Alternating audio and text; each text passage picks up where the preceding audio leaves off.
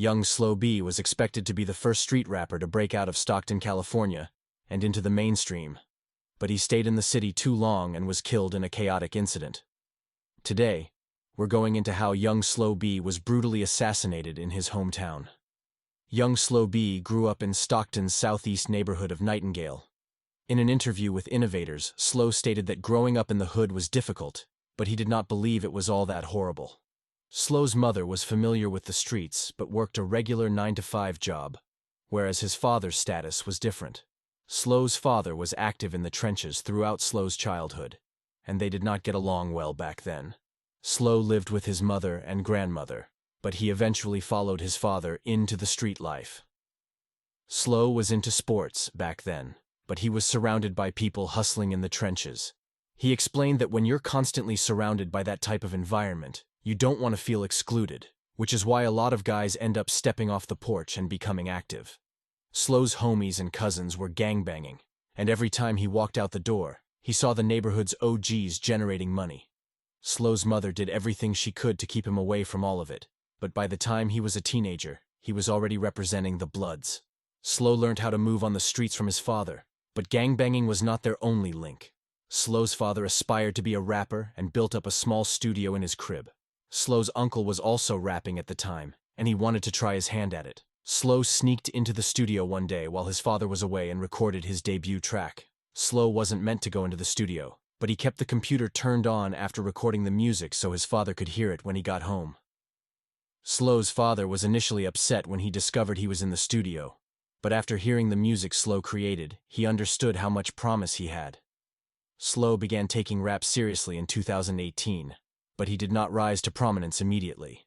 Some rappers release a single hit song and immediately become viral. Slo's rise to prominence in the rap game, however, was not so straightforward.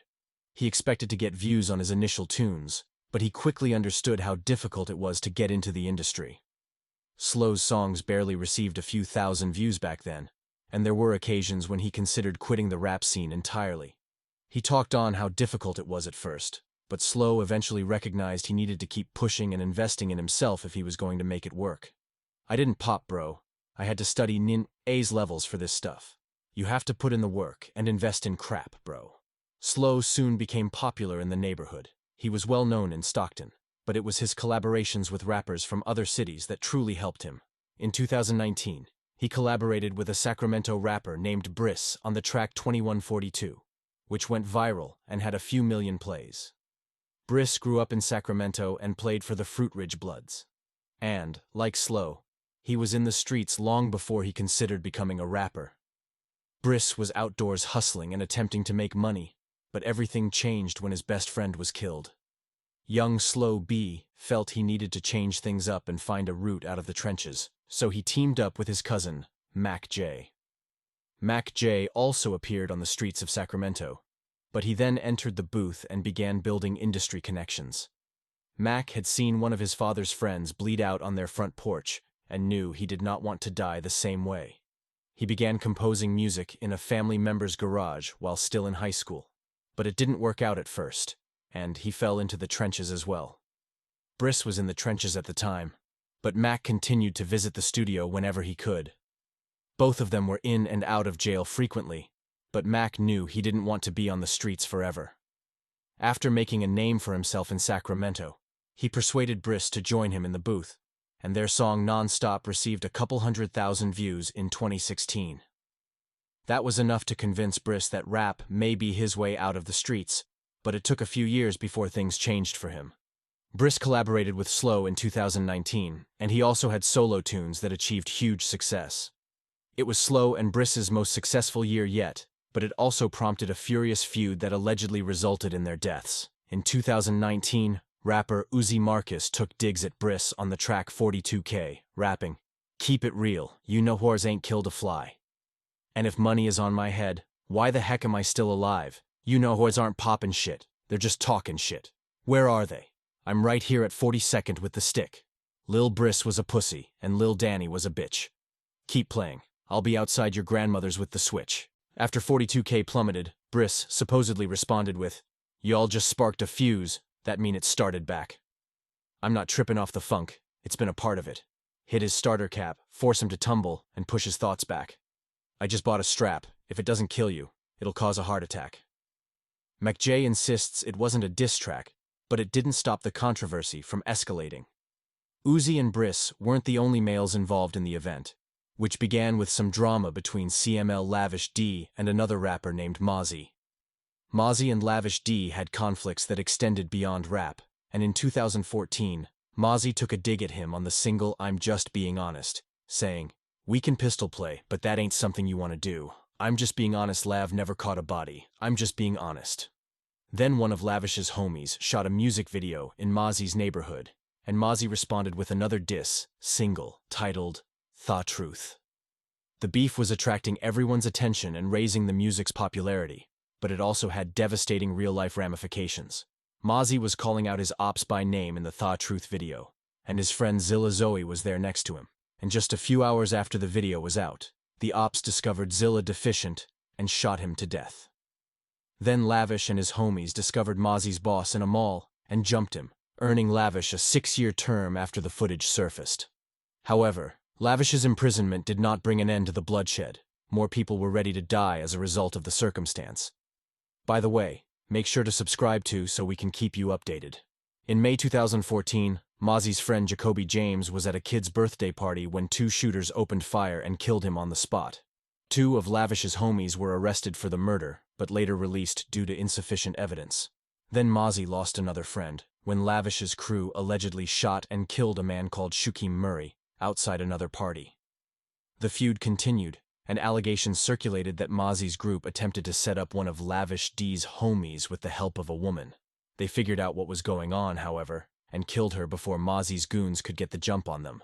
Then, in 2016, Lavish's friend Stunna D was leaving a party when the cops apprehended him and left him dead on the street.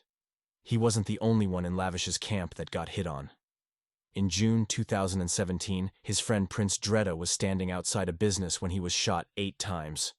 Fortunately, Dredda made it out alive, but a few months later, Lavish D became involved in a circumstance that resulted in the death of an innocent man.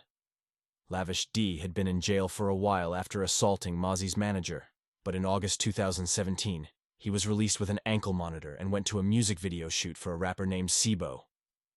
Sibo had troubles with Mozzie as well, and while they were filming the video, someone rolled through and began firing rounds into the crowd. 5 people were shot and sent to the hospital, but Ernie Cadena, a 49-year-old bystander, was caught in the crossfire and died on the scene. According to rumors, Mozzie placed a bag over the heads of Lavish D and Sibo, and 3 of his homies were shot. By the time Bris and Young Slo Be were popping off, Sacramento's streets were already bleeding from both sides of the conflict. Bris wanted to flee the streets after the music started, and in an interview with Thizzler, he stated that he needed to stay alive for his children. Young Slo Be and Bris were genuinely close, and they weren't just getting together in the studio for more views. They planned to put on a show for the West Coast together, but in 2020, the beef caught up with Bris, who was slain in his own city. Bris was driving his whip along the street in June 2020 when someone stopped him in traffic and began following him. Bris slammed into a pole and fled on foot, but the ops were already on him and killed him with a shot in the back. After it went down, everyone assumed Mozzie's crew was to blame.